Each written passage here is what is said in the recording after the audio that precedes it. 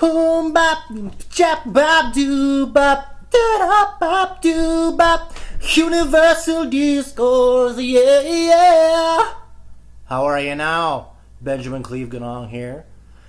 We have a special guest on the show today.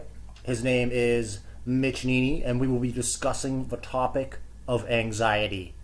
Now, Mitch Nini is an educator. He resides in Ottawa, Ontario, and mostly enjoys teaching high school.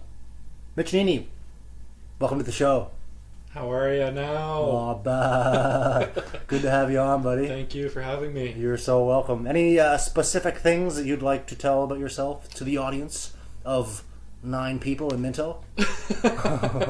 Well, specifically that, I am someone who struggles with mental health issues, more specifically anxiety.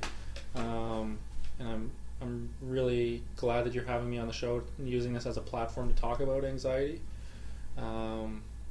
Outside of that, I have my dog here, my trusty sidekick, who is also as a special guest today. Brita! Yes. She doesn't say a whole lot. She's just here for the snacks. She's to calm us down. Yes, that's right. She's a buffer between our anxiety. Yes. Otherwise, we just get so nervous. That's right. We just lose our minds. Yep. They may have already been lost. Absolutely. Absolutely. Audience, I'd like to apologize for my joke about Minto earlier on in the show.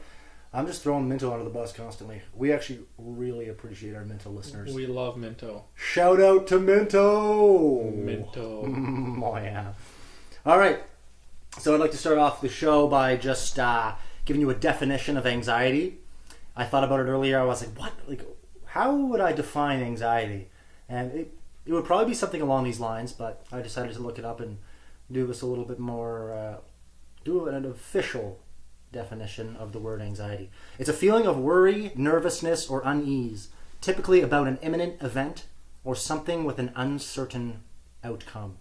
An example of anxiety in a sentence would be, he felt a surge of anxiety. So, obviously, every person in the world has a certain degree of anxiety.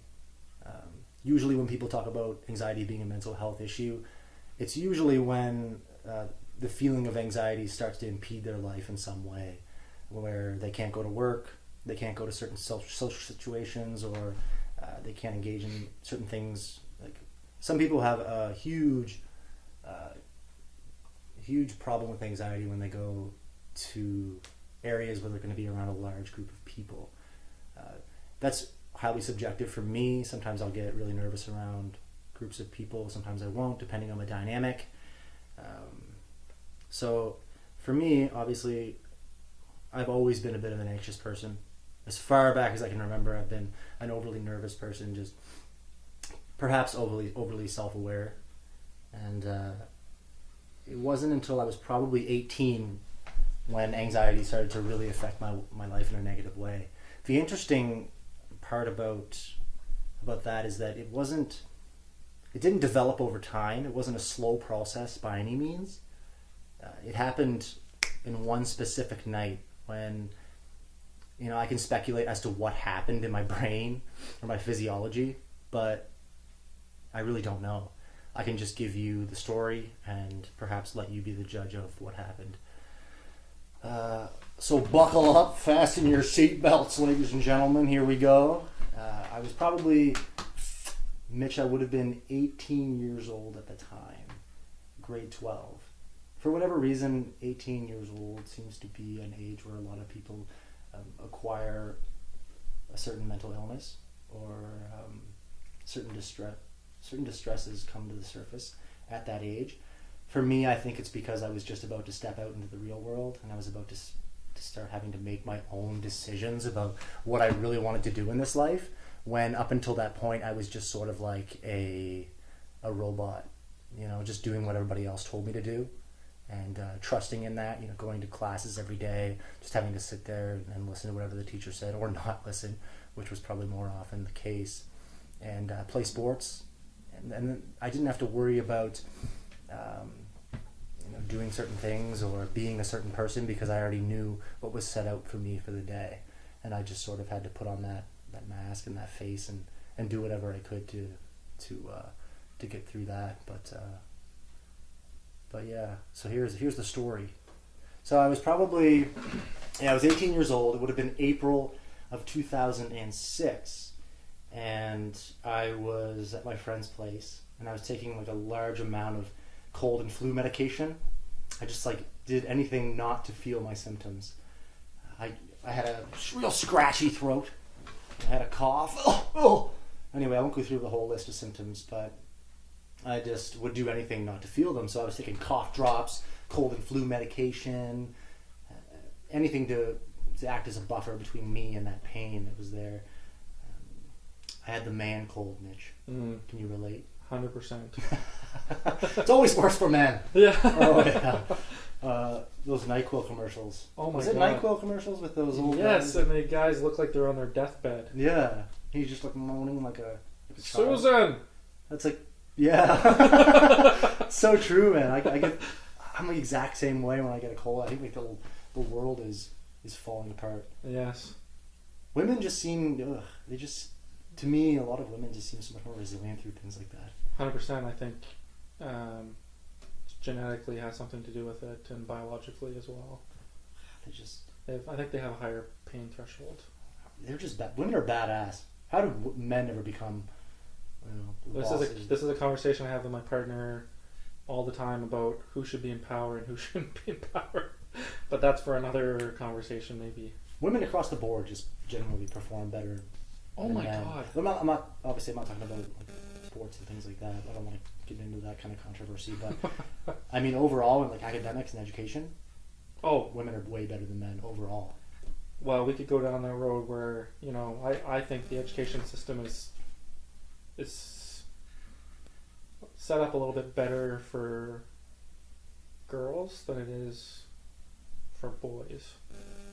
Boys seem to have a higher likelihood of having ADHD and to want to be on the run, and to be physical to be with each other. And whereas like little girls are taught to sit in your desk and be quiet, and that sort of thing. Yeah. I'm not saying like every girl is like that, but in my job, having taught grade 4, you can see the disparity, right? Absolutely. You can see that gender difference for sure, 100%. Yeah, it's crazy actually. But yeah, so getting back to my story, well, I can get off on tangents, people. We're off on a tangent. So anyways, I got home that night, was feeling particularly foggy just because of all these chemicals that were going through my body. And I laid down on my futon, and my clock was right in front of me. And I can just remember my eyelids slowly closing and the clock kind of blinking because I hadn't set it to a specific time. And the clock was kind of flashing. And so I closed my eyes, and behind my eyelids, my eyelids started to kind of flash almost like a strobe light. And I opened them up, and I was starting to panic a little bit for whatever reason. And I just kind of did some self-talk. I said, Ben, calm the fuck down, dude. Like, everything's okay. So I closed my eyes again. This strobe light effect kept happening. And so I got up out of bed. I raced upstairs, went straight to the kitchen sink, and I just started chugging glassfuls of water. I was just like, okay, if I can flush whatever this is out of my system, I'll be fine. And probably at glass number 8, I was starting to get full naturally. And so I came in and I sat directly where you are, Mitch, right in my living room. And I started to rock back and forth like this, just trying to calm myself down. It's interesting how I would assume that rocking position, right? How a mother cradles there. Anyways, I think I was just trying to calm myself down, soothe myself by doing a repetitive motion, almost like some sort of meditation. And anyways, my body at that point started to vibrate. Like I started to shake violently, and I didn't know what it was. I thought I was dying, to be honest. Mm-hmm. Looking back, it's almost comical to have thought that, but it's what I felt. I was like, I am dying. I could feel my skin becoming pale and cold, and my hands were becoming clammy. I felt like I was floating. And then I raced down the stairs, knocked on my mom's door, and I just said, Mom, we need to go to the hospital right now. And she just looked at me incredulously, and she said, what, really? I was like, yes. And she could see the panic in my eyes. And so she didn't question it anymore. we got into the car, cruised up towards the hospital, and something about being in the car on my way to the hospital just calmed me down a little bit. I still had no idea what was going on. Got into the emergency room and they said, "Oh yeah, we'll take you." Like, they just didn't think it was that serious, and to me at the time it was extremely serious. But looking back, But anyway, so I sat there in the waiting room, and eventually that calmness associated with being in the hospital kind of wore off, and again I started to shake. Mm-hmm. And my mom walked over to the nurses, where the nurses sit in that little cubicle, and she just said, "Someone needs to take my son in right now." And so they brought out this gurney, and at that point it was so weird. It was like my memory comes back to me in flashes. Mm-hmm. It's like there was a flash, and then I was laying on this gurney, and then I looked up and my dad was standing over me and he was holding my hand and he just said, "Ben, like everything's gonna be okay." And I can't remember what I said to him. And then another flash, and I was inside this area, like a room of some sort, and I know there were curtains around me, and they'd set up this IV, and they didn't really tell me what was going in the IV or anything like that. I didn't really care at this point. I just wanted the suffering to be over with, whatever this was. And then all of a sudden this calm came over me, and I just felt good, and this big stupid grin came across my face. And the next thing I knew, I was walking in the hallways of the emergency room, and I was looking for a washroom. And I just remember wheeling this thing around, this big IV that was stuck into my arm, and I was just thinking to myself, this is cool. This is like, awesome. Yeah. I had one of those big nighties on. You know, Yeah. those big things they put around you. Yeah. I just felt like one of those old women, old crazy women in the hallways with their big tower, like in one of those movies where they're like, "Hello, son, do you know when the farm animals will be home?" And the guy's like, "What the fuck are you talking about?"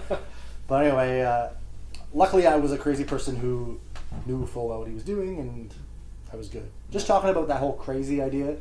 Have you ever gone to see a doctor, Mitch, and you just like flat out tell them, "I think I'm going crazy"? No, because I think in the moment, I think that whatever my anxiety is presenting itself as is so real. Yeah. That I'm convinced that those symptoms need to be medically taken care of. Right. It's never gotten to the point where I've been like at the hospital because I'm like I have admitted that I'm going crazy or feel like I'm having a breakdown of some sort. Right. I have had interesting experience with an ER doctor though. More recently in Grand Prairie, as you know, like I lived in Grand Prairie. Oh yeah, the home of the trucks. Oh yeah, trucks and the oil and the tools and the toys. But Grand Prairie, like I noticed, first year I moved out to Grand Prairie after we graduated our education program. Yep. It was great, right? Like, well, I made it to March. Mm-hmm. Okay, and I'm like, this whole notion of, putting on that mask, like, I'm making a salary now. I'm important. I'm worthy. Oh yeah. Like, my parents are gonna be proud of me because I have a career now. Yep. Yep. I've financed my own car. Like all these things that functioning adults should be doing, right? Right. I'm living away from home and doing something I never thought I'd be able to do in the past. Mm-hmm. So I made it till about March of that year when the anxiety. I had about a break. I will say like I had a break, but then March, it hit like it came back. Right.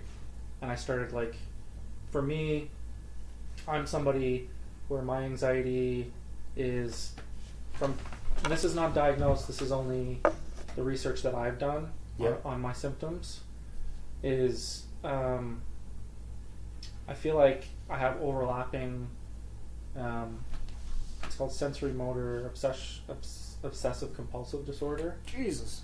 That's a mouthful. Yeah, and so what sensory motor obsessive compulsive disorder is people with that are very hyper aware of all the sensations that go on in their body. Yep.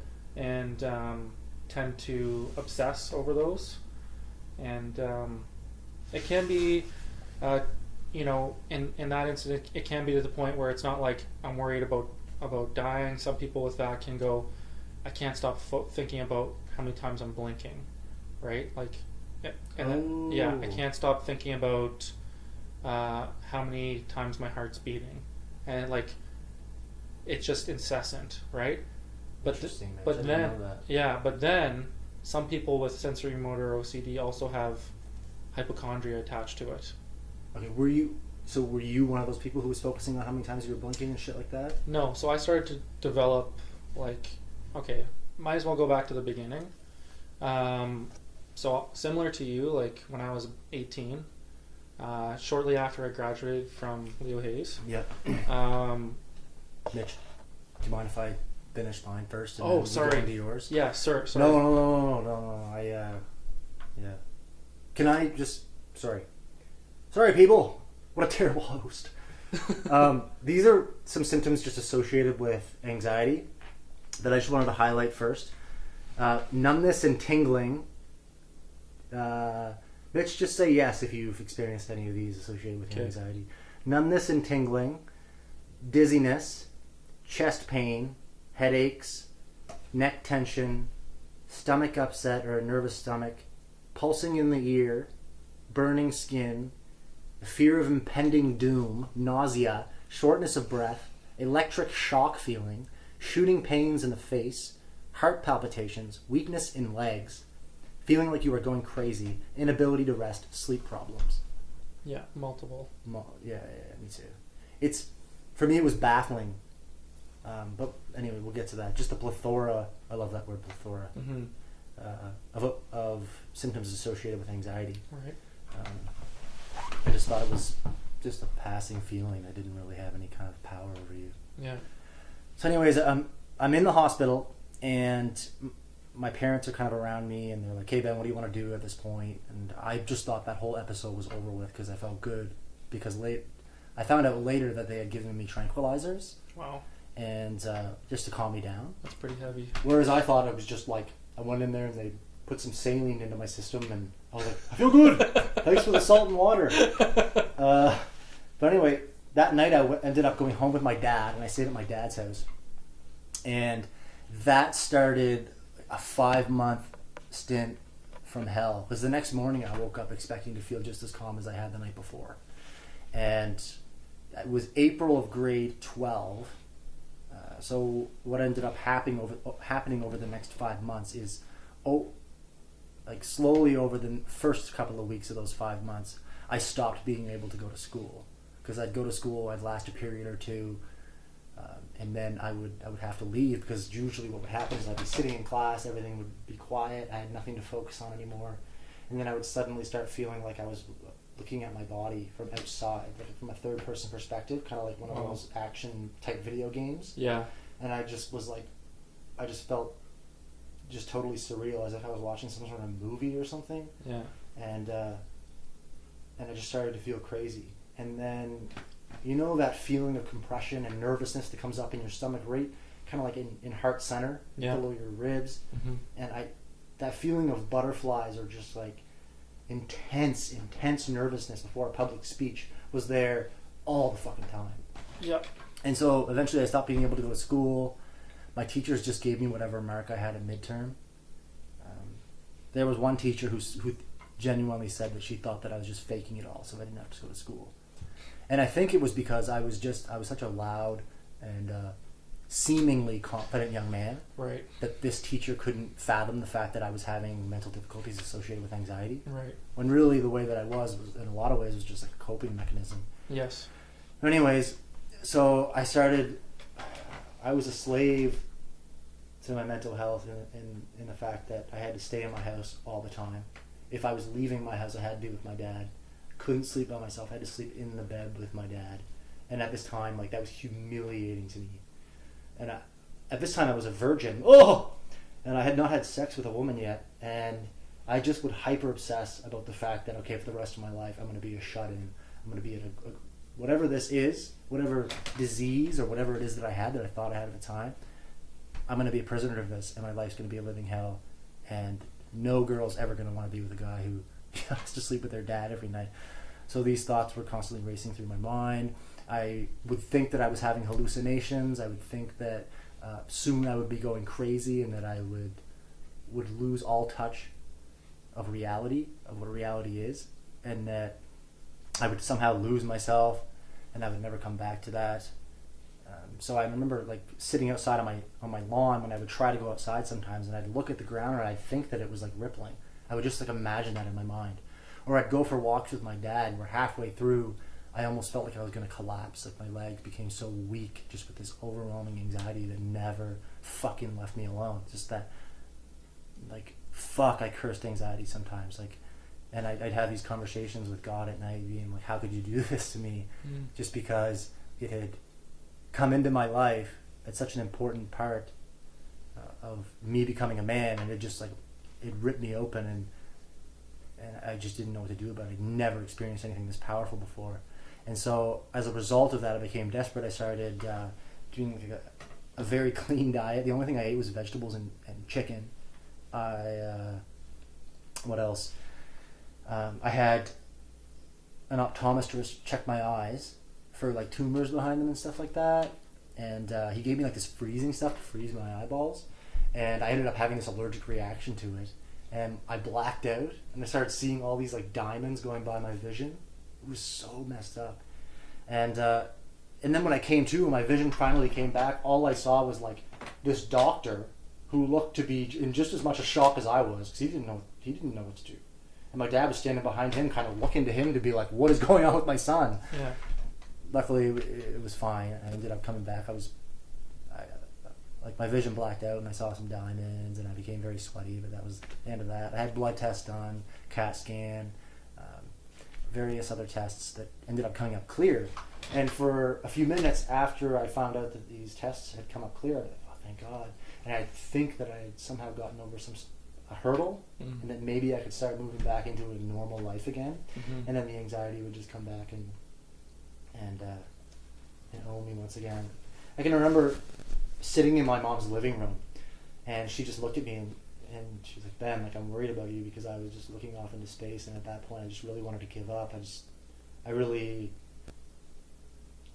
didn't know, like, what was there to do? I didn't think anything could change my mental makeup. I didn't think anything was powerful enough to alter me in such a way where I could somehow go back to being the person that I was. Right.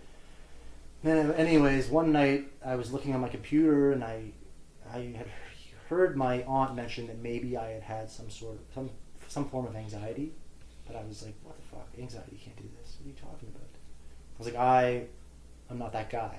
I'm not that guy who gets anxiety. Like, what are you talking about? I can't have this kind of a hold on someone. And so I went into my computer and I started looking up all the symptoms of anxiety, and my jaw dropped to the floor, literally. Like, it dropped to the floor. It was terrifying. Like, I had to have surgery later on for it. But I was just like, what is happening right now? Like, these symptoms are so messed up. And finally, I was like, Dad, I think I might have anxiety. I went to the doctor, and she is like, Ben, I think you like suffered enough. Here's a prescription. She gave me this prescription for FX or XR. I think it was 75 milligrams. And at that point, I was terrified to take any sort of medication, because I heard that it altered your personality.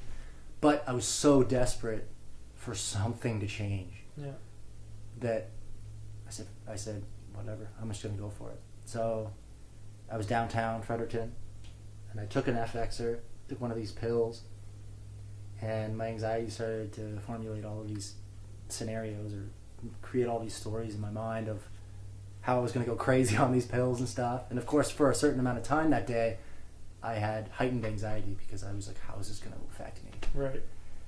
But then my dad and one of his friends and I went out camping to Mactaquac, and because I was with my dad, I was okay with that. And I remember the next morning, something washed over me, a calmness that I had not experienced for a long time, and my dad and I made eye contact, and I just simply said to him, I think I'm going to be okay. And the medication at that time was something that was a miracle for me. I'm certainly not I'm not condoning it, and I'm not saying that it's bad or anything like that. I'm just saying that it was a game changer for me. And without the medication at that time, I'm not sure what I would do.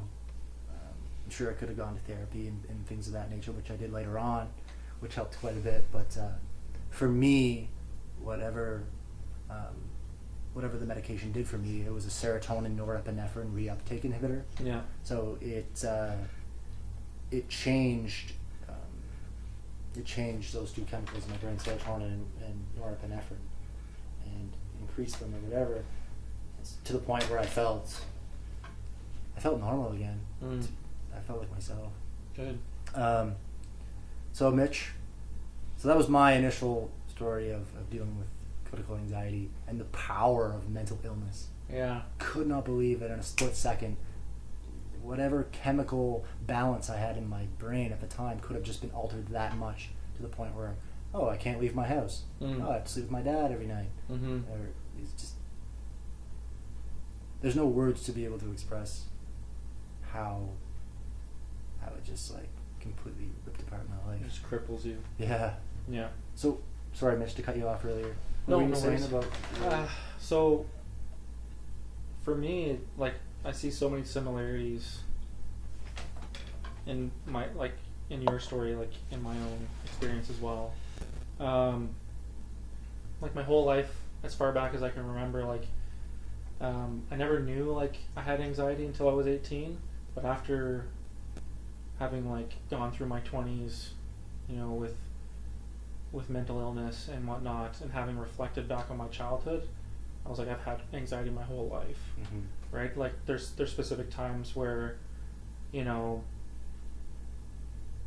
I had a lot of attachment issues to my mom. You know, for you, like, you know, your person was your dad, right? For me, it's my mom, for whatever reason. Well, your mom's very kind, very nurturing. That's what I get from her. Yeah, she and is. I imagine I just feel like she would do anything for you. And she's like a nurse too, right? Right. So, like, for some reason in my anxious brain, I think, like, if anything's wrong with me, you know, mom can fix it, right? And I remember being like 5, and if my mom, like, didn't say bye to me in the morning, or, like, go through these rituals with me, I would freak out. Right? You know, I can even remember as far back as, like, daycare, just not, like, just being different than the other kids, in the sense that... Mitch, do you ever feel, you know how you said, like, once you got into your late teens and your 20s, you weren't fully aware that you did struggle with anxiety until you became more self-aware? Do you ever wish you could kind of go back to where you aren't so self-aware that you're constantly focusing on, oh, I'm an anxious person? Yeah, like, I actually more recently was thinking, like, you know, about, you know, life before 18, I guess is what I call it, like, where I wasn't so hyper focused on my anxiety and have that, like, constant awareness. And I just felt like anxiety was just able to come and go more passively. I feel the same way. Yeah. It's interesting how fleeting it can be, anxiety, like how powerful it can be, but sometimes how something can distract you and you'll be like, oh, squirrel. And then it'll go away. But obviously that doesn't happen all the time. But sometimes when I try to say, fuck you, anxiety, you're not that tough anyways, I'll think about, like, scenarios like that where it's just, it's quite fragile if you think about it, but at the same time, omnipotent and ever present. All the time. So, not to be too long-winded, but, like... No, man, take your time. You know, I remember way back into my childhood, just anxious moments, like crying at daycare because I was by myself and just, like, crippled with anxiety. Right? That's interesting how you have such vivid memories of when you were vivid memories that I was different than the other kids, and that I was, like, never happy when I was at daycare. I was like, you know? And then, you know, growing up, you know, my parents put me into sports as, like, an outlet and whatnot, and I just remember being a very sensitive kid. I wasn't aggressive. I played contact sports, but I wasn't a super aggressive kid, like the other boys were. I had a coach who ridiculed me for that. Me too. He called me the friendly giant. He wanted me to be more aggressive, and I could totally understand that given the position that I was in soccer. But I would, in turn, I beat myself up because I wasn't that natural, aggressive, violent, if you will, soccer player, striker. I just didn't he called me the friendly giant, and what can I say? That was me. Imagine being called a pussy in front of all your peers in grade 11 on a football team. You serious? Yeah. What a dick. Yeah, and that was my dad's coworker. He was an RCMP officer. And because I wasn't aggressive enough or wasn't showing killer instinct, he told me I was a pussy.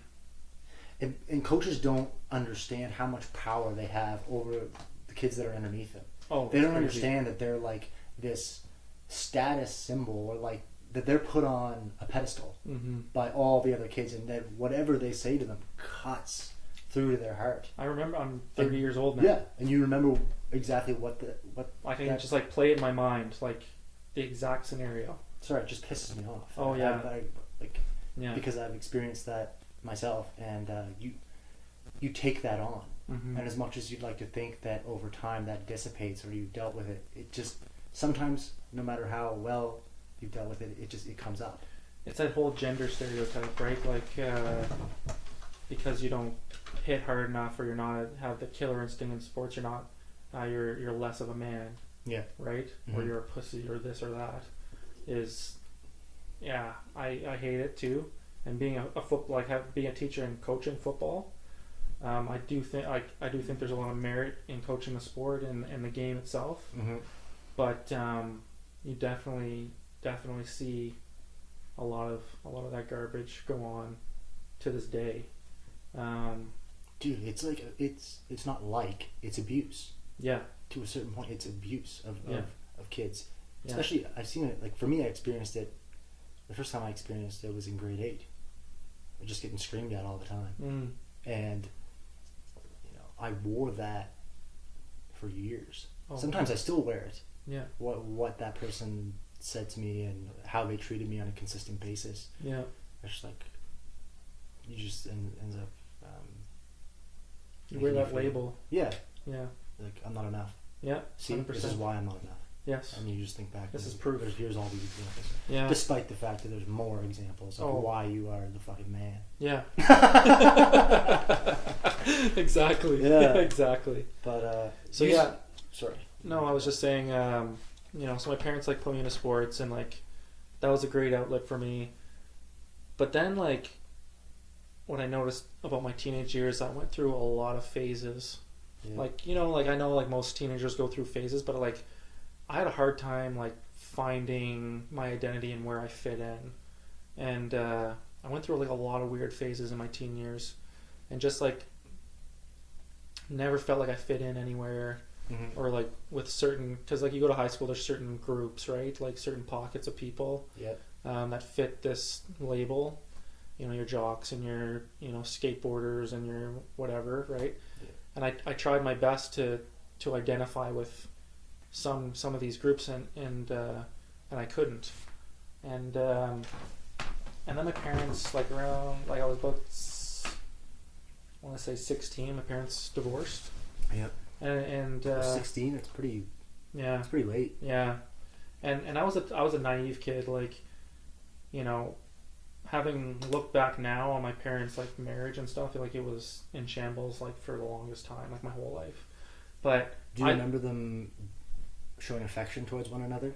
No. I don't remember mine either. No, my parents actually slept in separate rooms. Yeah, me too. Yeah. And I actually remember being 4 years old and asking my mom why Dad slept in the basement, and the answer that my mom gave, he snores too loud or something. I thought that was pretty profound, that a 4-year-old could pick up on something like that, right? I mean, what often gets people like us who are overly anxious and perhaps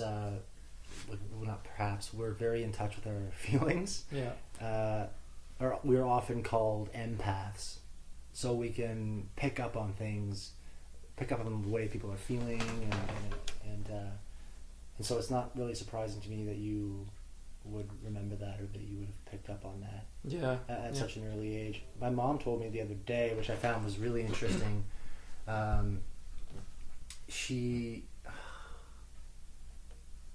What did she say? Oh my goodness, I can't remember what she said now. But anyways, my aunt came up to me, and I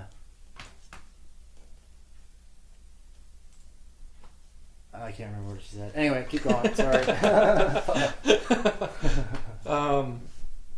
So yeah, when I was 16, my parents got divorced, and like my mom, being originally from Fredericton, New Brunswick, Yep. packed up her stuff and she drove across. You know, we were living in Saskatchewan at the time. Drove all the way back to Fredericton and wanted to set up, you know, her new life in Fredericton. I decided to stay with my dad. And so, like, I finished out, you know, my grade 11 year, and I remember meeting a girl in grade 11, and that was the first time I had been in love, Right. and I lost my virginity to this girl. Oh boy, Yeah, and it was like things were getting serious, like, quickly. that first love. Yeah, What a total mind fuck. and then I remember completely ruining it Right. because of my anxiety. Like, all these anxious thoughts started coming in, like, that just, you know, basically compromised the whole relationship. Mhm. And I ended up breaking up with her, like, during the summer Right. before our grade 12 year. Mm-hmm. And the shitty thing is, like, we went to the same high school and had same classes. Right. So, like, I just remember What sorts of feelings were you having associated with your anxiety? a lot of guilt. Over not being a certain person, or over not acting like a certain way? Yeah. So, like, at the time, like, you know, me having Christian beliefs and stuff like that, like, I was a little bit more, so when I was 15, 16, I was, like, kind of, like, going, like, a little side story is, like, I met this kid at the school. His dad was a pastor of this, like, fundamentalist church. Mm-hmm. So I'd been going there, like, was baptized and stuff like that. Okay. And, like, this fundamentalist church, like, did a very good job at making things very black and white. You know, like, you do this, you go to hell, you do this, you go to heaven, kind of thing, right? Yeah. And I'm just, like, sitting there as a 15-year-old, like, just absorbing all this. And, you know, I meet a girl, and, you know, you're having sex and stuff like that. Okay, so Right? you started to feel guilt Guilt. over the fact that you were sinning. Right? Yeah. Oh, that's awful, man. And that I was just, like, this terrible person, Mhm. and, like, what have I done? Like, you know, all these things. And I just absolutely crushed this person. And I just remember it wasn't the fact that it was the guilt that made me break up with her, but it was what I felt after, and the profound effect that I had on another human being, and, like, how sad that I had made her. Yes. And I just couldn't look at myself in the mirror. Like, I remember that first month of September, like, being an absolute mess. Like, I would drag myself to school, but I felt like a zombie. You know, like, Yeah. like I like, to the point where you talked about, like, having that knot in your stomach Yeah. constantly. Mm-hmm. I would have that every day, and just, like, for no reason, just start breaking down into tears Plus, you have to see this person every day. every single day. Which is, like, in a form of, like, can be a form of torture. Yes, You've done this to this person, and then you have to be reminded of it every day. every single day. See, as being an adult, we have this luxury of being able to delete them off everything, Yes, and then not be able, like, to be able to heal. yes. Whereas you had to go in and see this person every day and be Yeah. reminded of It was like taking the wound and just reopening it every day. every day. And, you know, my dad also suffers from anxiety. And the ironic thing is, my dad and I have very similar anxiety, but he doesn't know how to help me, right? So, like, he didn't know how to help me get through these situations because of his own anxiety. Right. So I just remember sitting there at the end of September, just like on the phone with my mom, just like bawling. Yeah. You know, like I couldn't handle it. Like at the time, I didn't know what I was experiencing was anxiety, though. So you still love this girl, right? I think so. Yeah. Okay. Okay. Yeah. And now you're just trying to work. I'm just trying to, and now here's my coping mechanism was to run away from the bad feelings, right? And you were confused about what really was the right thing to do. Exactly. Because you're like, do I fully believe in what this pastor, whomever, is telling me? Yeah. Yeah. And so I remember saying, you know, my mom just said, well, the only solution is finish your grade 12 year here in Fredericton. And to me, like a light kind of went off, like it's this like sense of relief to escape, to be able to get on a plane. Where were you? In Saskatchewan. Oh. Yeah. You went to high school in Saskatchewan? Yeah. Holy shit. Okay. Yeah, because my dad was an RCMP officer at the academy, the Depot Academy out there. Oh, okay. In Regina. Yeah. Yeah, so I moved there when I was 12. Oh, okay. Yeah. And when my parents got divorced, we were still in Saskatchewan. Okay. And when they got divorced, I decided to stay with my dad in Regina. Okay. So my mom said, well, you can finish out your grade 12 year here. And just that sense of relief, right, of being able to fly across the country, escape my problems, you know, I thought it was like, okay, this is the answer, yes. Right? Yeah. And I just remember my dad taking me to the airport and leaving me there, and just this sheer amount of like dread and anxiety like coming over me. Like I just felt so alone and just like didn't know what was going on. I remember like sitting in the airport in Winnipeg and thinking to myself like, you're having like a medical emergency or something. Okay, so the panic really started to set in at that point. Oh, 100%. Like, what have I signed up for? Sort yeah, of thing? yeah. Okay. And it's like, I'm looking around and like, is there EMS in like the airport? And anyway, like I managed to like just white knuckle it till I got to Fredericton. Mm-hmm. And I got there, like my mom like took me to her house and stuff like that. Like I was already enrolled in school and whatnot. I just wasn't sure like how this was gonna go down this grade 12 year. Anyway, long story short is I kind of fell into like a groove. I met some like amazing people that year, and I was, for the most part, that whole grade 12 year, I would say is probably one of the best years I've had mental health wise in my life. Were you at FHS with Leo Hayes? Leo Hayes. Okay. I was there the year after you graduated. Right, okay, yes. Yeah, September 06. Right. Yeah.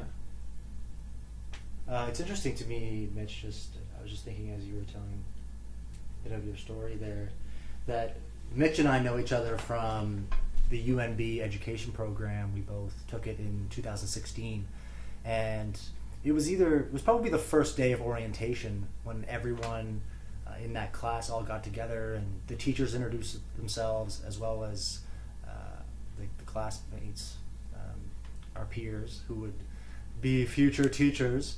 And Mitch steps up in front of the room, and here's this really tall, handsome, well-spoken gentleman.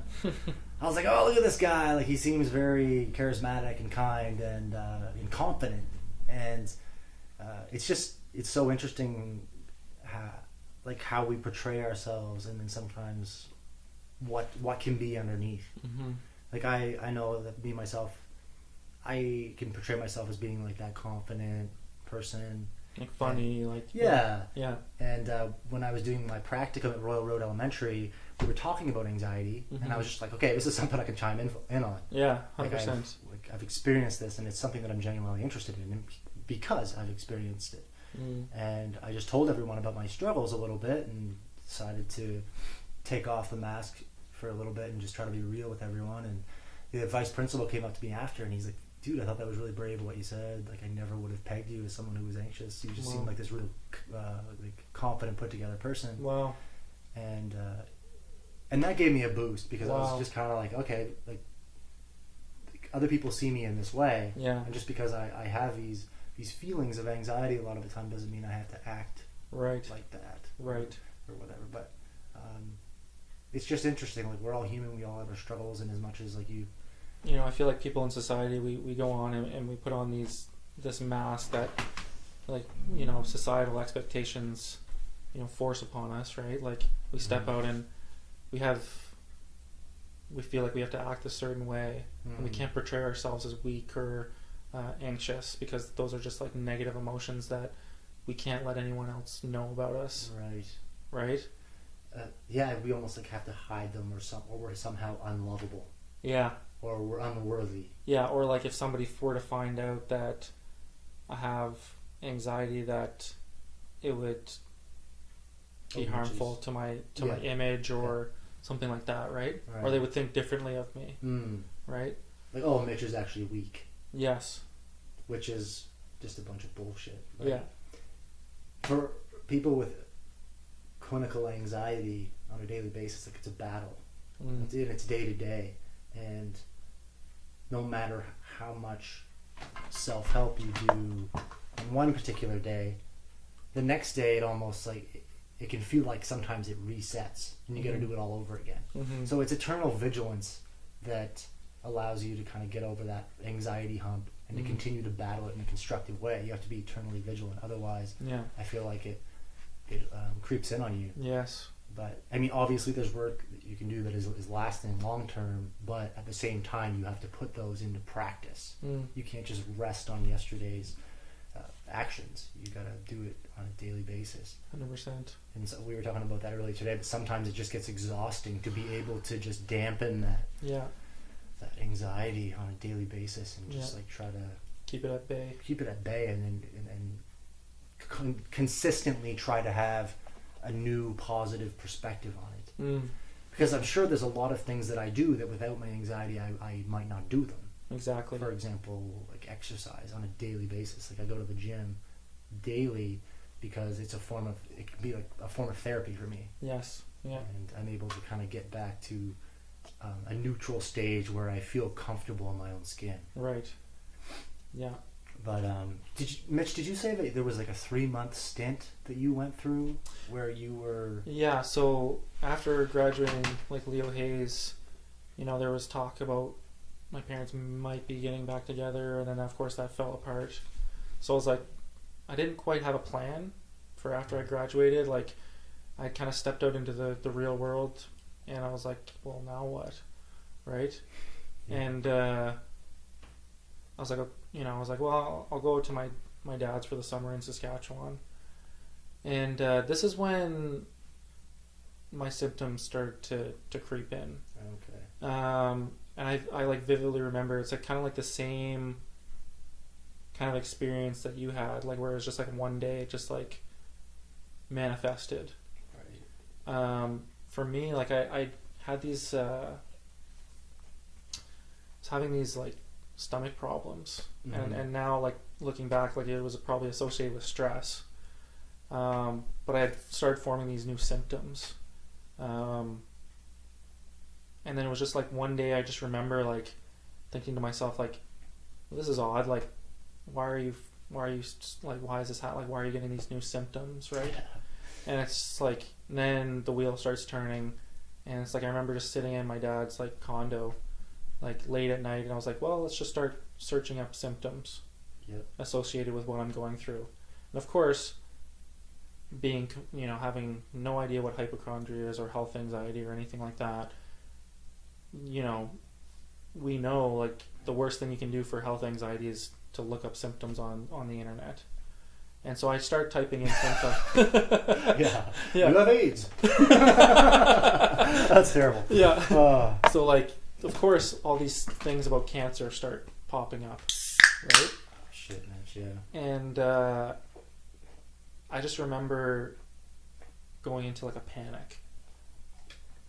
Like, I remember going into like this full panic about having cancer. Right.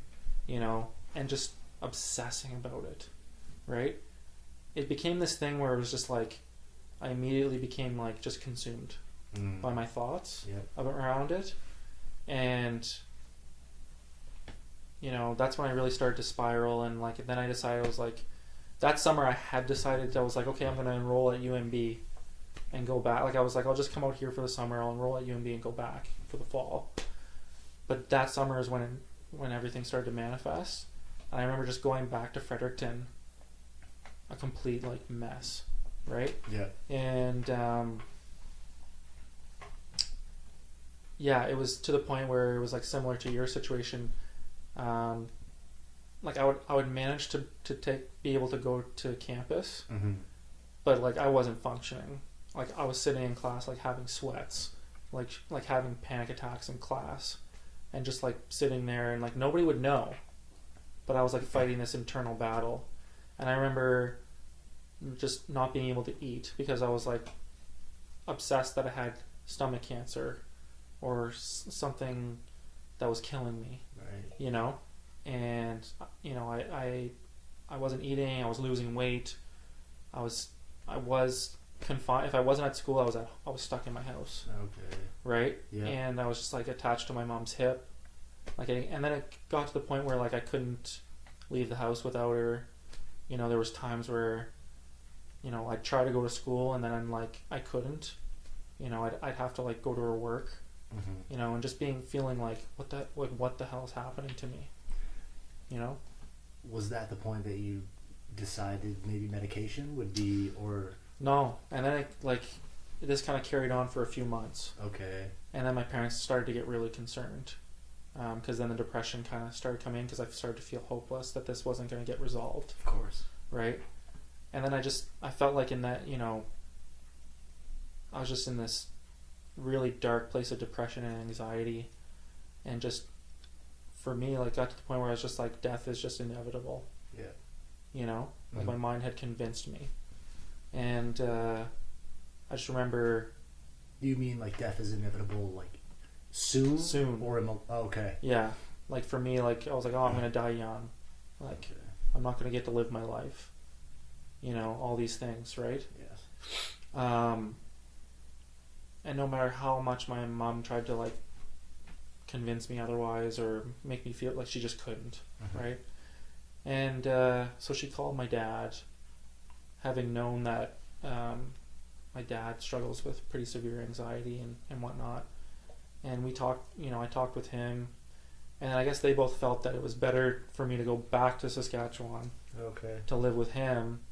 And at that point, he got me into the doctor, and they put me on Effexor. Right. But I don't remember having this moment that you had, where it was just like this game-changing moment. I've never felt. Was it gradual? It was Or gradual. did it, okay, so it did help. It did. Okay. It lifted me out of that pit Yeah. to the point where I was able to kind of get back on my feet. Mm. But I never felt that it helped me to the point. You know, I always had this unrealistic expectation, I think, of medication, where I thought if I took it, it was just going to make everything go away. See, I had the opposite. I was skeptical. Okay. I just didn't see how something like how a little pill could alter my brain chemistry so much to literally change my reality and my perspective on life.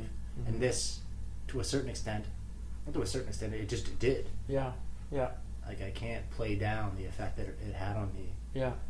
But I know for some people, I'm not saying medication is the answer. Yeah. Because a lot of the times it's just not.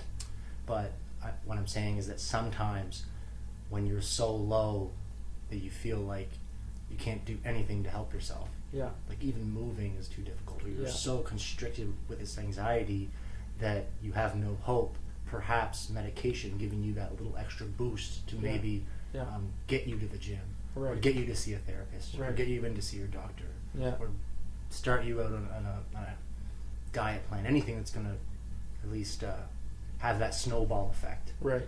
Then I think it's beneficial. 100%. So basically, you know, I've been on some form of medication since I was 18. And so that was my first real bout with like clinical depression and anxiety. And then it just kind of like excuse me, it just kind of like went from there. Right. Really, it's like almost like this awareness came about. Like, you know, it was also fueled by my dad too. Kind of, he really helped me become aware. Yep. Because he told me, he's like, what you have is anxiety because I have it. Right. And it's like every time I was feeling something, he would just reinforce, like, you have anxiety. Right. You're gonna, and he said you're gonna have it for the rest of your life. Mm. You know, he wasn't sugarcoating it. No. He was like, you're gonna have it for the rest of your life. Yes. This is what it is. But it can be managed. It can be managed. But that's when I had this awareness. I was like, okay, this is what I have. And then from there, like anytime I went through a negative experience, I knew what was happening. Yeah. But yeah, like the series of tests that you went through did the same thing. It's crazy. Right? Like had to have that reassurance. Yeah. Right? How the mind can create all these stories. Yeah. I genuinely thought, like, I had friends who bought into because clearly I was ill. Mm. Mentally ill. Mm-hmm. And you couldn't see it physically on myself. Mm. But I had friends who said, you know, friends' parents who said Ben might not make it out of this year. So you better go spend time with them. Really? Yeah, and so I was just like, I was considering that I was going to die young as well. Mm. And I was starting to become helpless too. But so, Mitch, do you mind talking about like your episode down? Where was it? Down south? In the Bahamas, yeah. Why did you go down to the Bahamas? And Well, so I guess like after that initial, initial episode, I kind of stayed in Regina for a few more years. yeah, Tried to go back to university, yeah, and you know, I was like, oh, I'm going to go back to university because this is what my parents expect of me and society expects of me. And I completely like flunked out. I was required to discontinue studies for a year because like I just didn't show up to my exams. Me too. Yeah. We're the same person. Yeah. Because I was just like struggling so much with myself, right? And it was hard enough just to manage on a daily basis. And so then I was going through this phase like where, you know, trying to be somebody who I wasn't. And, you know, I picked up, like I was working a full-time job like as a drywall laborer, like just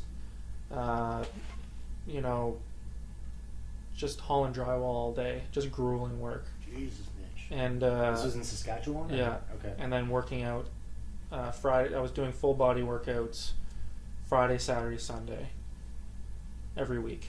Badass. And had this goal of just like being this guy, right? That was just jacked and like super strong and confident, right? And you know what I mean? Mm-hmm. And to be honest, like that was probably like I was in the best shape, like physically, like in terms of maybe not my cardio because I didn't do any cardio. Well, fuck, man. Well, carrying around drywall all day—that's some serious cardio. Yeah. Holy crap! I know, and like loading houses full of drywall and stuff like that. But then I had this like, I was obsessed with this goal of being able to bench a certain amount of weight because I felt like it would validate me in some way. Oh yeah. And and then like I reached that goal. I even exceeded that goal, and then it wasn't enough, right? No. It didn't, like, it was just like, okay, I reached this goal, but like there's 50 other guys in the gym that can do the same thing. But yeah, if some freak accident, some obese man falls on you, you can move him. And it will save your life. It will save ya. That's what you were doing it for. And yeah, so I was just working, lifting weights, and then, you know, going to the club every weekend, you know, buying myself nice clothes, trying to be this player, you know what I mean? Like going to the club every weekend, partying. You know, I met this girl out there. We had gotten into, I wouldn't call it a serious relationship, it was mostly like physical, but we had dated for a number of years. Right. Had gotten her pregnant multiple times, and she miscarried multiple times, and Holy shit. yeah, was falling into this this hole, right? Yeah. And I was living with my dad, and my dad was single, and he was kind of like living a newly single life, and he wasn't really focused on me, like he was focused on himself too, and getting back out there. So like we were kind of like going in two different directions, and yeah. So at one point, having feeling strong and stuff, I was like, I want to play university football. Yeah. I had this dream of playing university football. I thought it was going to happen out of Leo Hayes, and it didn't work out. So I started getting in contact with universities. I ended up getting in touch with the head coach of Acadia University, and he's like, "Yeah, come down. I'll give you like a private like workout and stuff like that." And so I did. Like I went down, had like a private workout, and it came down to me and this other guy that had university playing experience, and of course they took him, but they said, if you come to the school, like, your GPA is absolute garbage because of what you did in Regina. Yeah. He pulled a lot of strings for me to get in, because Acadia is like quite a hard school to get into. So he convinced the admissions office to like admit me off the strength of my high school marks, Right. which was probably like a saving grace for me, to be honest. But he said, if you come in the fall, like you won't play this year, but you can start training with us in the off season, and then maybe work your way onto the team. Yeah. And I was like, okay. So my girlfriend, like from Regina, and like she was like, just to give you a little bit of context, like she lived in like a bad part of Regina. Like she didn't grow up with a whole lot. Okay. Father was an alcoholic, abusive, that sort of thing. Like she hadn't gone very far in her life, and now I was asking her to move to a tiny village in Nova Scotia with me. Acadia, legit. Yeah, very tiny village. So she was actually like, this was one of the miscarriages. Like she was actually pregnant at the time, and I was like going into my first year of university, and basically like was gearing up, preparing to also start a family. You know what I mean? So it was like we got an apartment together. Like anyway, like as soon as we get there, she ended up miscarrying. Right? She fell into like this really bad place, like a really bad bout of depression. Like couldn't get off the couch, kind of thing. Like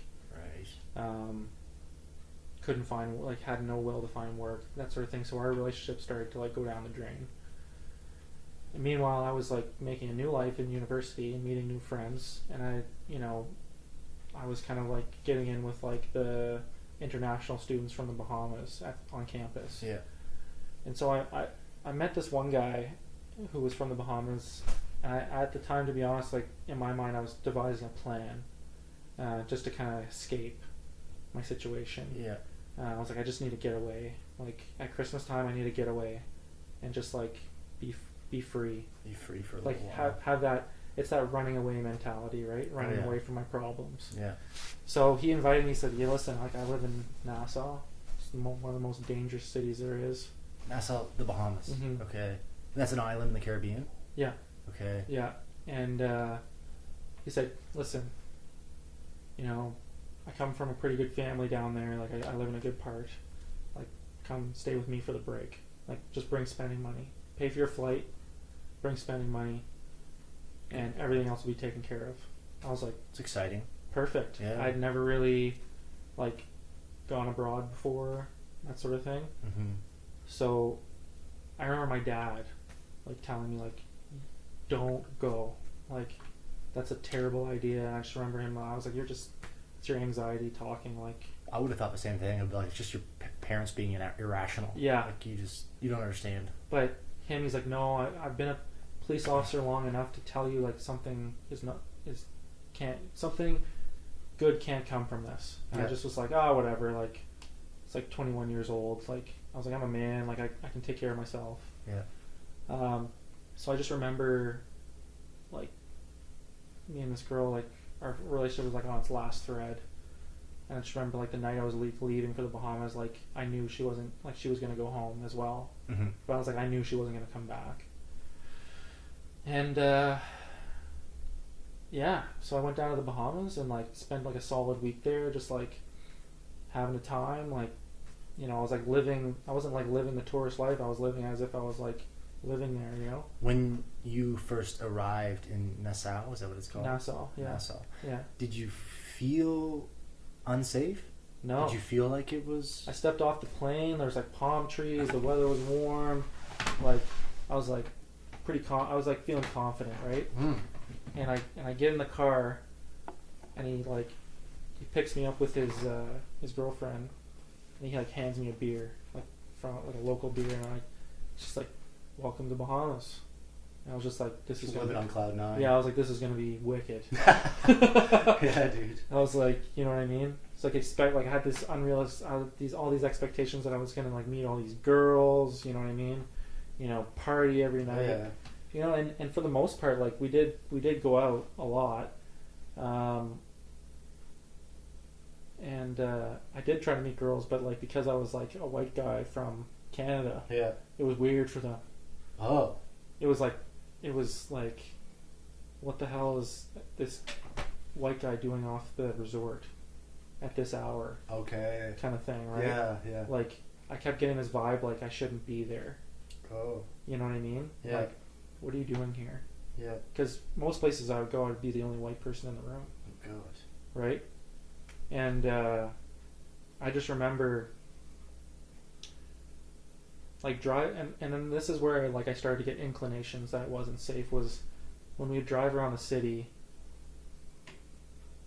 especially like the rougher parts of the city, like, and seeing police officers with submachine guns. Yep. And stuff like that, and then a lot of cars like with like 26-inch rims, and like just that whole culture kind of thing. Like I'm like, I'm not used to this, right? Yeah, just seeing those, whatever they were, machine guns. Yeah. On the sides of these police officers would just be like, okay.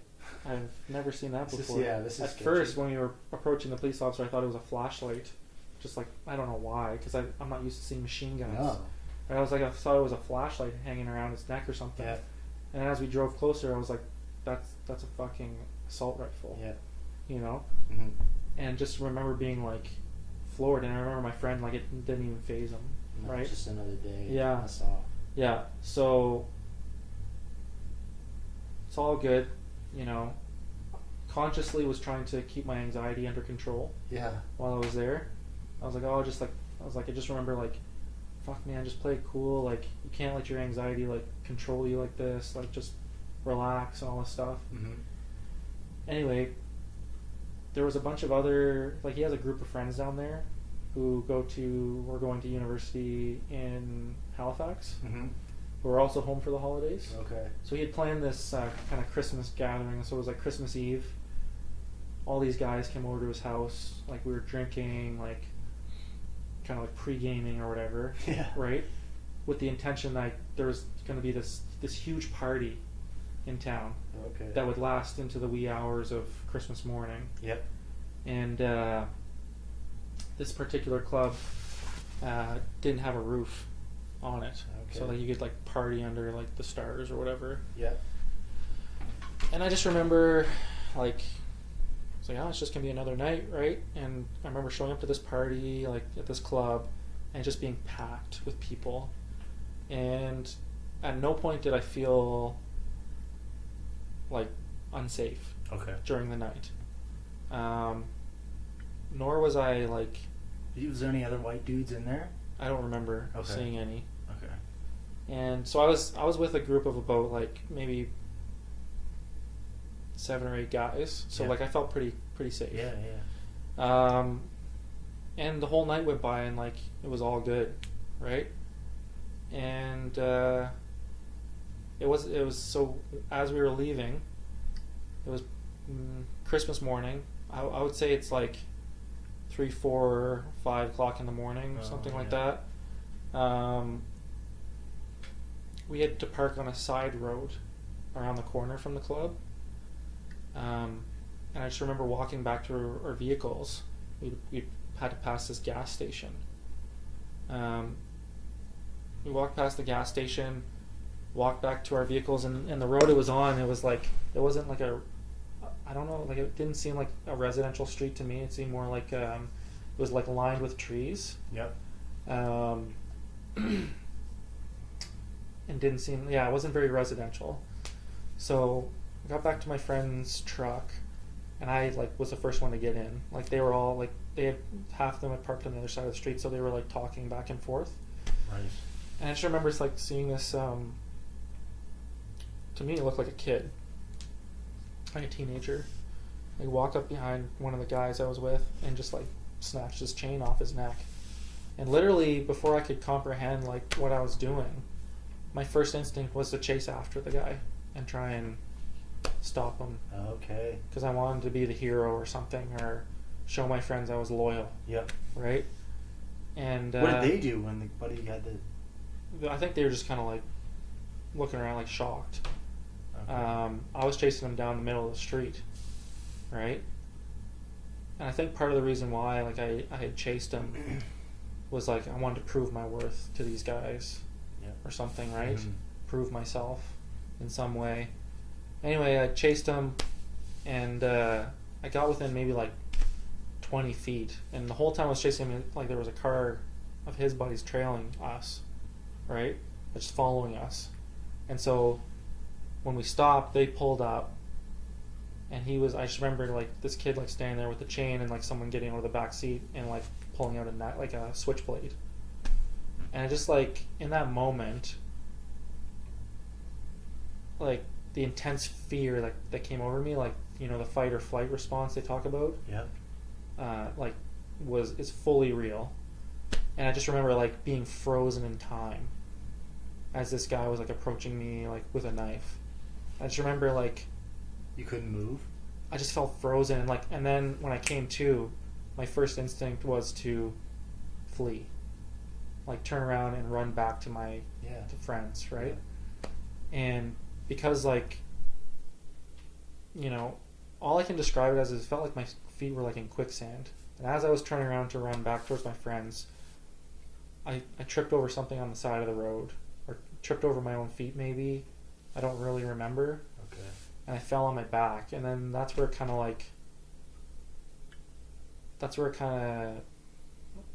blacks out a little bit. Yeah. There must have been some sort of struggle, because wherever my wounds are, like I just don't remember, like I don't know how he would have stabbed me behind the leg or in the back, you know, with me if I'm laying on my back. Right. So there must have been some sort of struggle. But all I remember... Could it have been possible that he tripped you? Or was... No, he wasn't close enough. Okay. He wasn't close enough. But that would be crazy if he did. And my mind just like made up some sort of story to like cope with. Yeah. You know? But all I remember was just laying on my back and like staring off to the side and seeing the car, and just like this kid standing there with this gold chain, like standing there like almost like I had the sense that he was like, oh my god, what did I just witness, you know? And I just remember going, okay, we gotta go, right? And so like he jumped off me, they jumped in the car. He was saying that? Yeah. We gotta go? Yeah, Okay. the kid. Yeah. And so he jumped off me. So you don't remember him stabbing you? Not really, no. You don't remember, like your adrenaline was so high that you didn't feel it? I didn't even feel any pain. Whoa. I felt zero pain. Holy shit. Yeah. That's crazy, man. Yeah. Zero pain. So this guy's waving his friend to come back over. Yeah, and they jump in the car, and my first thought that comes to my mind was, wait till they drive away a little ways, so they don't see you get up in case they want to come back and finish you off. Yeah. Right. So I waited till they drove down the road for a while, and then immediately jumped to my feet, like nothing had happened. You at this point you hadn't noticed any of the puncture wounds or the blood or anything? Nothing. I had 7 stab wounds. I was soaked with blood. That blows my mind. Like I just jumped to my feet. Yeah. As if nothing happened, and just sprinted as fast as I could. Where were your friends? How far away were your friends at this time? I don't know. Like, I feel like they were at least like a few hundred yards away. Like, were they in the same spot as when you? Yeah. Okay. And they were just like, I remember running up and like, they're like, where the hell did Mitch go? Kind of thing. And I ran up and I just remember going like, that's when it kind of was just kind of like, it clicked. Like, I've been stabbed. Like, I need to get to a hospital. And they're all like, oh my God, kind of thing. And like, I remember getting in the back of the truck and just like no pain, no anxiety, like just this like sense of like calm, really, and acceptance. Yeah. And I just remember like there's a girl sitting next to me that had been with us that night. I just remember like slouching like into her lap. So you started to pass out? I don't know if it might have been. Like, I didn't lose consciousness. Oh, you didn't? You never lost consciousness? No. I just like slumped into her lap and I was like looking out the window and just watching the streetlights go by and just going, and I remember having this thought like, you know, if this is it, like is, or asking myself this question, I was like, is this it? Like, is this how it ends? Yeah. Right? Uh-huh. But not having like any fear at that moment. You know? Yeah. And then we got to the ER. And I can't remember if I walked in under my own power or if like I was in a wheelchair. I think they put me in a wheelchair in the parking lot, brought me in, and then I walked the rest of the way into the ER, and then like they got me onto like a gurney right away, cut my like clothes off. I remember like the ER doctor there at the time, like all these nurses like running around, like putting tubes like down my throat, like, you know, all these things just happening. And then the surgeon that saved my life showed up, and I was like, at the time I was like hyper, like that's when I like started to like panic. Right. I was just like hyperventilating. I remember like just like hyperventilating, and this whole time there was like a nurse standing next to my bed, just like holding my hand. She wasn't like doing whatever the other nurses were doing. She was just holding my hand, and all I could think to do was just like, I was like, I gotta focus on something other than this, you know. Mm-hmm. Just like turned to her, like asked her what her name was. Her name was Linda. Yeah. And we just like had like this small conversation. It was like in that moment in time where just like I actually asked this person. I was like, Linda, like, am I gonna die here? And you know, common sense tells me like they're trained not to tell. Oh yeah, you're dead. You're a goner. See you on the other side. Yeah, you know. But like in that moment, just having that reassurance from her, and her like there's something like she just looked at me so sincerely, and like just like holding my hand, and just being like, no, like you're not gonna die tonight. Like I've seen way worse than this. Like there's just like this sense of comfort that came over me, and like this thought was like, okay, like I'm gonna get through this. And I just remember like the surgeon that saved my life like took one look at me, like picked up the phone, called my mom. It was the middle of the night here in Fredericton. Okay. And just like told her what happened. And me being like a people pleaser and not wanting to like upset anybody, right? All I remember telling my mom was like, because she was like, of course, like crying, yeah, right? Yeah. I just remember, you know, telling her like, you know, I'm gonna be fine, like it's gonna be okay, like don't worry, like all these things to comfort her, you know? Yeah. And it was like after that call, like that they started to get me ready for surgery, and was like, I got to make it through this. And like, I just remember them pushing me onto the elevator, wheeling me into the operating room, and like, you know, putting me on this cold steel slab. And I was like, you know, the anesthesiologist came in, all this stuff. And even before they were going to operate on me, like, it was a private hospital, and I didn't have insurance. So they're like, oh, like, we need like, what was it, like $7,000 or something up front. Holy shit! In order to save this guy's life. Yeah.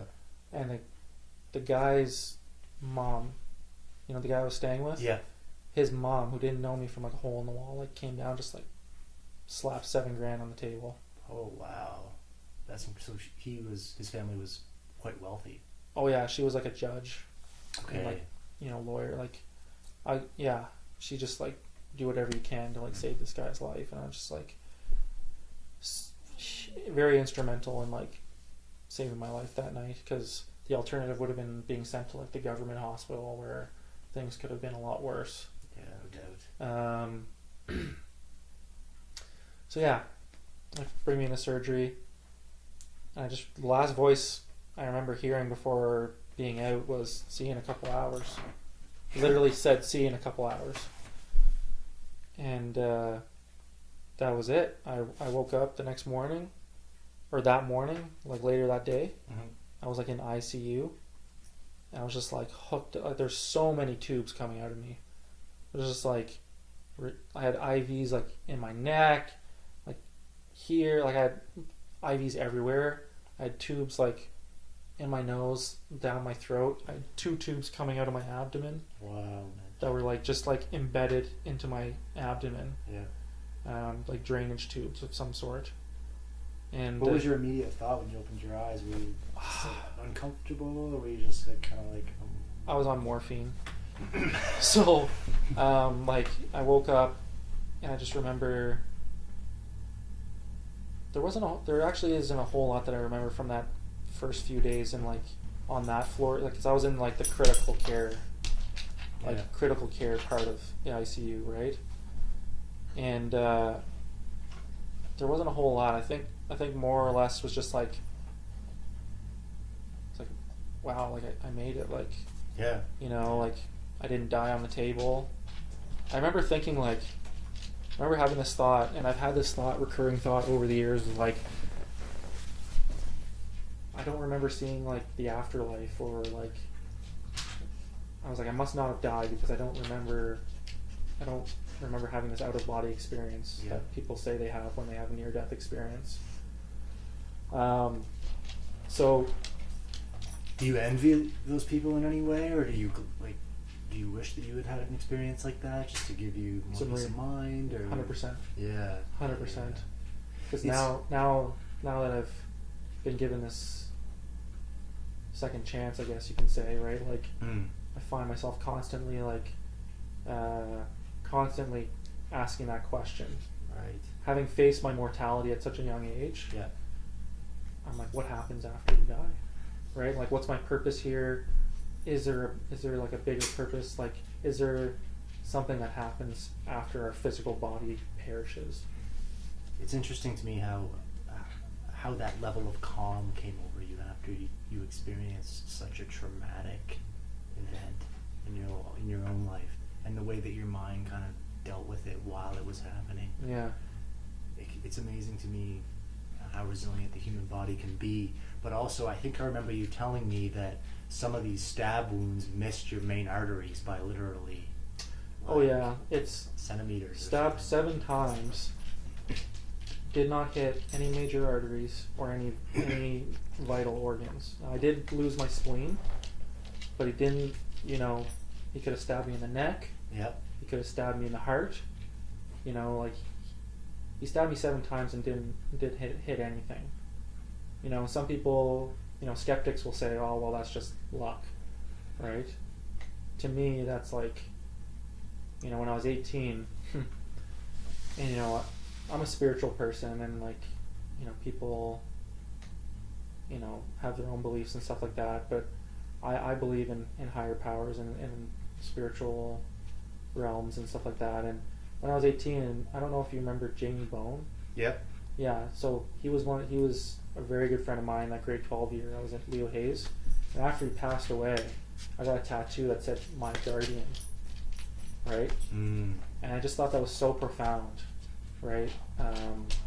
Divine intervention, man. Yeah, that was so profound that I'd been through such a traumatic experience, and that 7 stab wounds hadn't hit any major arteries or vital organs.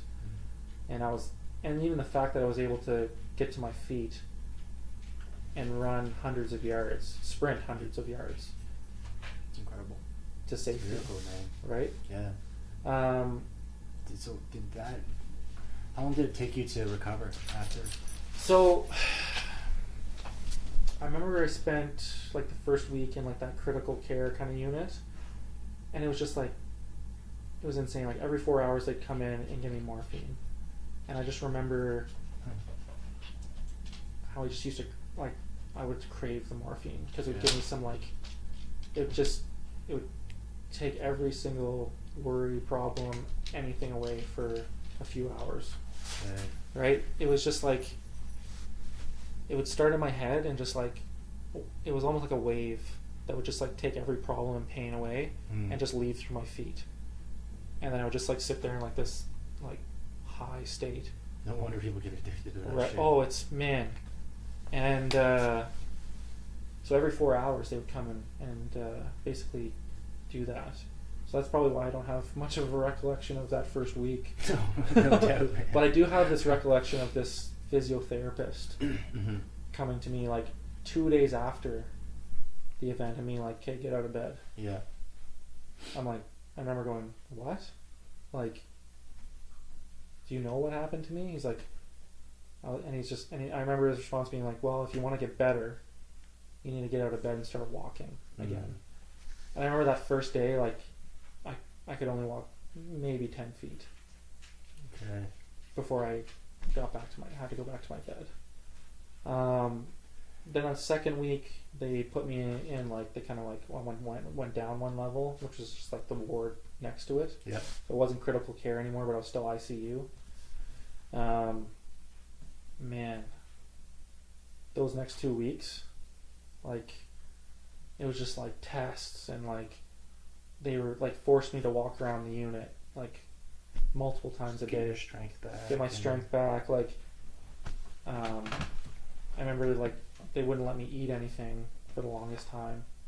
And it's funny, like, I would just like, I'd become obsessive about eating because I was like living on like ice chips.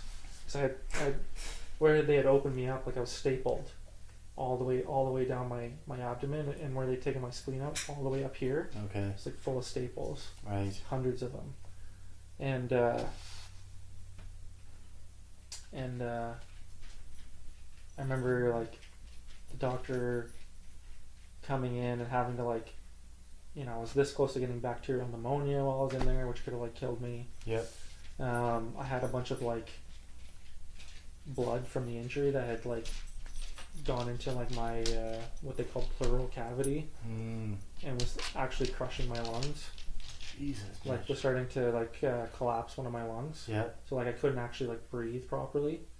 So the doctor came in and like gave me this like super strong drug. I don't know what it was, but it's just like put this huge needle in my back and drained all of it out.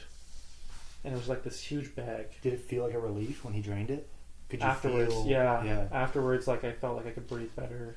So I just had specialists coming in day and night. Like, what was like the length of time, would you say, between like the incident to when I was released? felt, yeah, or like you felt like yourself again almost? Oh, Do you know what I mean? Like, well, it definitely wasn't during that. Like, it wasn't even until I got back to Canada. okay. So like I was in the hospital for 3 weeks. 3 weeks. Whoa. Yeah, and And as soon as you got released from the hospital, did you take a flight home? not as soon as like I got released from the hospital, and I remember Mom having a room at like one of the local resorts. Oh, so she came down. Both of them, my dad and Mom. Yeah. Okay. That's awesome. Yeah, and she was literally down like the night I called her from the ER. She was in Nassau the next day. Like, Your mom's a warrior. Oh, dude. So are you, man, for going through that. Yeah. Mitch, did you find your anxiety became heightened after that event? Or were you just more fearful in certain situations? Or? So, like, after I came home, like, in the hospital, I was more concerned I was like, man, like, I just had a lot of time to reflect. I was like, I just wanted to get back home and get back to, like, all I wanted to do was just get back to normal life. Yeah. And get back to school. So I remember coming home and just being home from like January till like the end of August. I was in Fredericton recovering, and I just remember I was home a lot of the time. Like I was just, those 8 months, like I think I was just still traumatized. No doubt, man. And in shock. Like, how do you... that I didn't have time to... Like, my brain didn't have time to come up with irrational worries. It had just been so traumatized and shocked. How do you absorb an experience like that? But I remember, like, I'd be up late at night just, like, replaying the story in my head over and over and over. And, kind of like what if a lot? Like what if this? Yeah. Or like how could I have changed? Do it, or yeah. What if I Mm. And then there's the whole legal proceedings that followed that took years. Oh. Yeah. In the Bahamas, obviously, right? Yeah. Did you have to go down there? My dad wouldn't let me. Okay. Yeah, because of his own anxiety. Right. And so did these people get off? That's what they did? It went to Supreme Court. Okay. So we went pretty high up. And long story short, like they were all went in front of a jury, mm-hmm. the whole 9 years, and they were all of them were found not guilty. Wow. All of them. All three of them. So the driver, yep, the kid who stole the chain, and the guy who did the stabbing. Right. Is that corruption? Is that what that is? It's not corruption, but like. It's sad because the police force down there is so inundated with murders and like crime, and lack of resources. Even the criminal justice system is like very archaic down there, and like they couldn't find the weapon, and like there was just all this evidence that they just mishandled, and me, because it was at night, like, and I couldn't identify any of their faces, that sort of thing. Of course not, man. Right. It's not like you're thinking about that shit when it's happening. You're just like in full out. Yeah. Not that I know what you've been through or how you felt or anything like that, but I can just imagine what that like deer in the headlights. Oh yeah. Feeling must have been like. And it's just like, so then it just became like just well-known news, like especially around town here. Yeah. It was in the front page of the newspaper. Oh. Like I was on the front page multiple times. I had random people coming up to me at like the social club. Hey, you're that guy. Yeah, I remember one girl. Like, did you find that annoying? You know what? Or just like people were insensitive? Or? A little bit, and like I felt like I handled it really well, and I'd never been one to shy away from talking about my experience. Yeah. Like if people like wanted to have a respectful conversation, but like I'd have like girls come up to me at the club, and like I had one girl come up to me at the club and ask me like, oh, you're that guy, like can I see your scars? I thought that was like super inappropriate. Like, it's just like, please leave me alone. Typical. Yeah. Like. Yeah. Yeah, and oh my God, Mitchell, you're that guy. Yeah. Can I see scars? Yes, exactly. And I just like looked at her. I was like, no. So I kind of want to wrap this up, just because, not because I want to rush you, because this is like, thank you for being so brave to tell your story, man. Yeah. I so appreciate. I was totally captivated like the whole time. I was just like, all my responses were like, oh, okay. And I had no idea what to say. It's not like I can relate to that. Dude, you, like, to have gone through that and to persevere in the way that you have, like, it's incredible and inspirational.